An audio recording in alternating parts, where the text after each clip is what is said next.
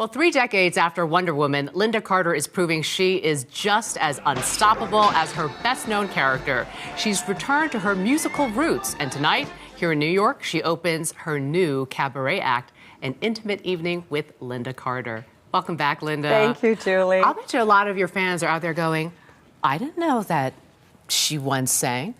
I know. But this was your first love? It is really the first paycheck I had was I was 14 years old. And I went on the road right out of high school, and then I quit the road because it wasn't getting me where I wanted to go. And I went to be an actress, and they told me I couldn't say I was a singer. So I didn't tell anyone I was a singer. Why? Because singers don't act. And actors don't sing.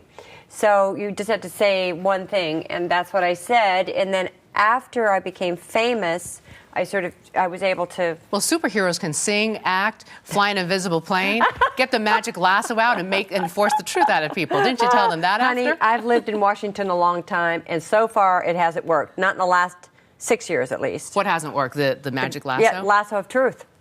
Have you tried it? Do you ever use it on your kids or your husband? Oh God, no! They would. It would. You know, they just wouldn't speak to me. So, what made you decide to go back to singing? Because you said it's been 20 years since you've been on the stage. 20 years. I did Chicago in the West End of London, and Barry Weissler. Well, this is your cabaret act we're watching right now. But when you were doing Chicago and Lynda, you played Mama Morton, and that was it was easy. It were 2 songs. And I thought, you know, I miss this so much. So I do it. It's not to be more famous. It's not to make a lot of money. It's really because it's thrilling to me. Different from acting. Yes. Thrilling. Thrilling in that there's a part of me that I give in those moments that I'm unable to show in any other way except with my very, very best friends. Were you scared after 20 years of not being on stage, taking the stage in London and Chicago?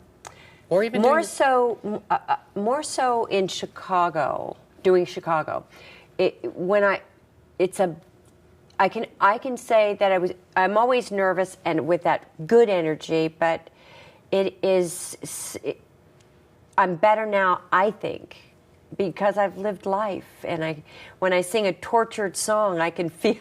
I remember that in the years prior that we were talking about earlier. So I think that I've kind of got a weird sense of humor. So it's just the pieces of me that you'll see. Well, you debuted your cabaret act in San Francisco, yes, and you got rave reviews. Yes, I thought my husband wrote them. And that's very nice if he did, but they didn't. It was people who maybe had never heard you sing before, and then you really knocked their socks off, which got you to Feinstein's here in New York. Which got me to Feinstein's. How do you pick the songs you're going to sing? You know, I pick them because it's as simple as I wanted to sing them.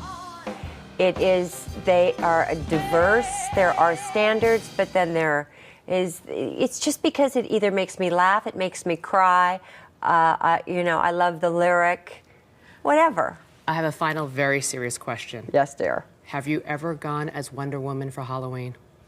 You got to be kidding. No, I'm actually not. Did you ever dig out your costume and do it as a joke for a party or anything like that? I would not.